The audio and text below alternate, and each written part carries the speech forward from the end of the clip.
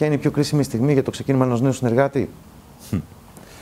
Ξεκινάτε ενθουσιασμένοι επειδή καταλάβατε την τεράστια προοπτική που υπάρχει. Σχεδόν αυτόματα σκέπτεστε τους πρώτους ανθρώπους που μπορείτε να προσκαλέσετε στη δουλειά. Είστε σίγουροι για κάποιους από αυτούς.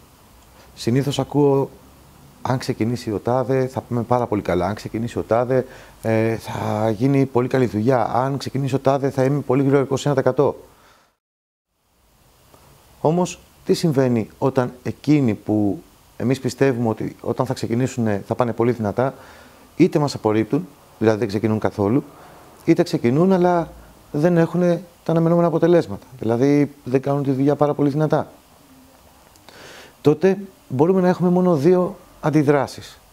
Η πρώτη αντίδραση είναι να τα παρατήσουμε. Και αυτό είναι φυσιολογικό, γιατί οι άνθρωποι αυτοί, αν δεν ξεκινήσουν και αν απορρίψουν την ιδέα μας, μας επηρεάζουν, γιατί είναι φίλοι μας και τους εμπιστευόμαστε περισσότερο. Αυτή είναι η αλήθεια. Το δεύτερο αποτέλεσμα που μπορούμε να έχουμε, η δεύτερη αντίδραση, είναι να πεισμώσουμε. Να πεισμώσουμε ότι μπορούμε να κάνουμε τα πράγματα μόνοι μας για να τους αποδείξουμε ότι τελικά έχουμε πάρει τη σωστή απόφαση. Πάντως, η αλήθεια είναι ότι η δική μας πορεία δεν εξαρτάται και δεν έχει να κάνει με την πορεία των συνεργατών μας και ειδικά την πορεία ενός ανθρώπου που όλοι στην αρχή μπορεί να πιστεύουμε ότι ξέρουμε κάποιον που αν ξεκινήσει θα είναι δυνατός. Καμία ομάδα, καμία δυνατή ομάδα δεν στείνεται μόνο με ένα παίχτη και αυτό είναι το σημαντικό, αυτό που πρέπει να θυμόμαστε.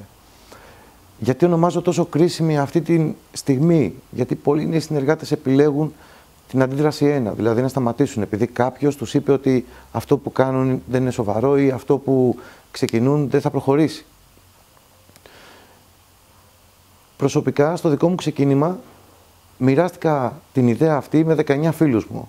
Στην αρχή όλοι μου είπανε ναι, θα ξεκινήσουμε κτλ. Όταν φτάσαμε όμως στο διατάφτα, στις συναντήσεις που έπρεπε να γίνουν οι αιτήσεις, μόνο ένας ξεκίνησε. Και πραγματικά σήμερα δεν μπορώ να φανταστώ πού θα βρισκόμουν αν αυτά τα 18 όχι, 18 αρνήσεις με είχαν καταβάλει. Πραγματικά δεν μπορώ να το φανταστώ αυτό. Η πραγματικότητα είναι ότι εσείς που είστε στο ξεκίνημά σας δεν μπορείτε να ξέρετε ποιος κάνει και ποιος δεν κάνει για αυτή τη δουλειά. Όχι για κανέναν ιδιαίτερο λόγο. Απλά δεν έχετε τα σωστά κριτήρια για να κρίνετε ποιος κάνει και ποιος δεν κάνει. Άρα λοιπόν είναι κυρίως θέμα κριτηρίων. Το ότι αυτή τη στιγμή στο δικό σας ξεκίνημα δεν έχετε τα κατάλληλα κριτήρια για να μπορείτε να κρίνετε ποιος κάνει και ποιος δεν κάνει. Τι σας προτείνω προσωπικά μετά από 16 χρόνια στο χώρο? Μιλήστε σε όλους. Προσκαλέστε τους πάντες. Κάντε τη δουλειά. Γιατί η δική σας επιτυχία έχει να κάνει με το πόσο εσείς είστε διατεθειμένοι να επιμείνετε προκειμένου να πετύχετε το δικό σας στόχο. Κλείνοντας, θα ήθελα να σας πω κάτι που έτσι πολλές φορές το σκέπτομαι όταν έρχομαι σε επαφή με νέους συνεργάτες και με ρωτούν τέτοια πράγματα. Η στιγμή που αποφασίζετε ότι θα προχωρήσετε ανεξάρτητα από τη γνώμη των πολύ καλών σας φίλων, είναι ίσως η πιο καθοριστική στιγμή στην καριέρα σας. Είναι η στιγμή αυτή που θα σας επιτρέψει να έχετε ένα διαφορετικό μέλλον από εκείνους. Καλή συνέχεια, καλή επιτυχία, θα τα πούμε σύντομα. Να είστε καλά.